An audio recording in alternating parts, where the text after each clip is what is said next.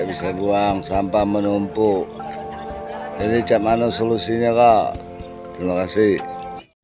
Saat ini berada di Dinas Lingkungan Hidup Kota Bengkulu. Di sini dinas yang menangani persoalan sampah dan lingkungan hidup.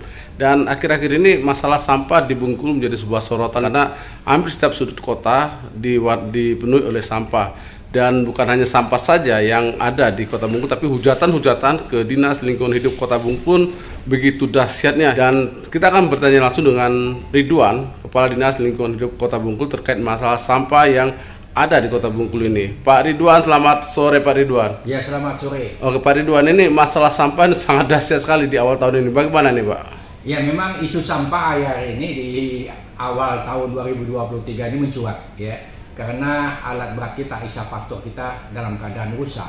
Karena memang kondisi TPA kita ya kondisinya memang sudah mendekati overload ya, sehingga kita perlu alat berat untuk menaikkan dan mendorong sampah-sampah itu supaya mobil bisa masuk ya, tidak menutupi pintu masuk TPA.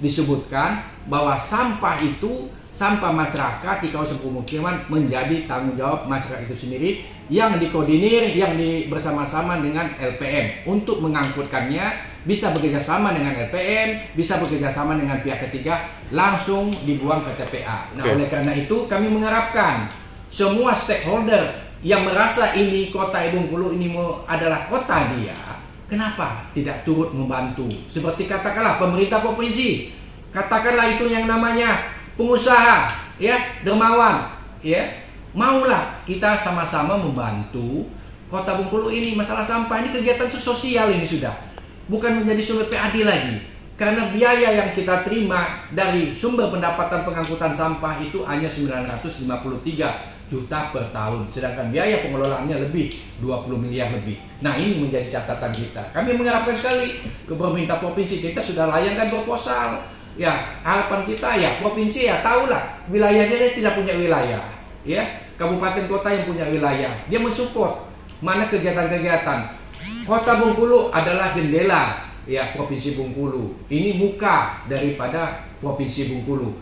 Nah, ketika kawasan ini bersih, indah, nyaman, nah provinsi Bengkulu kelihatannya pasti dibaca oleh orang luar, ya, orang pelancong-pelancong turis yang ada di datang ke Bengkulu ini, ketika dia pulang dia bisa menceritakan bahwa kota Bengkulu ini nyaman, indah, bersih. Nah, ini menjadi kenangan bagi mereka. Sama-sama kita membantu kota ini sebagai bagaimana kota ini bersih, bukan menghujat. Nah, kita terima ini kan menghujat, barang kita ini rusak 3 hari 4 hari aja pekau sekota. Nah, sedangkan ini adalah mesin, ya, pasti suatu saat pasti akan rusak.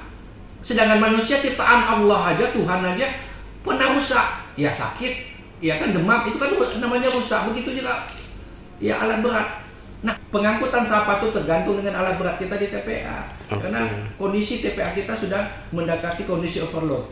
Oke Pak Ridwan, terima kasih bincang-bincang ke sore hari ini.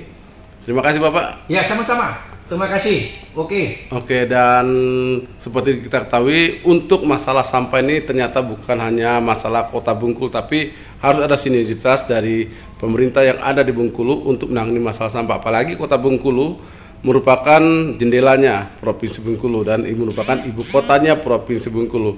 Oke, bersama-sama kita mengatasi masalah sampah untuk menuju Bengkulu yang lebih sejahtera, Bengkulu yang bahagia, dan Bengkulu yang lebih indah ke depannya. Heriandi Amin bersama Anda.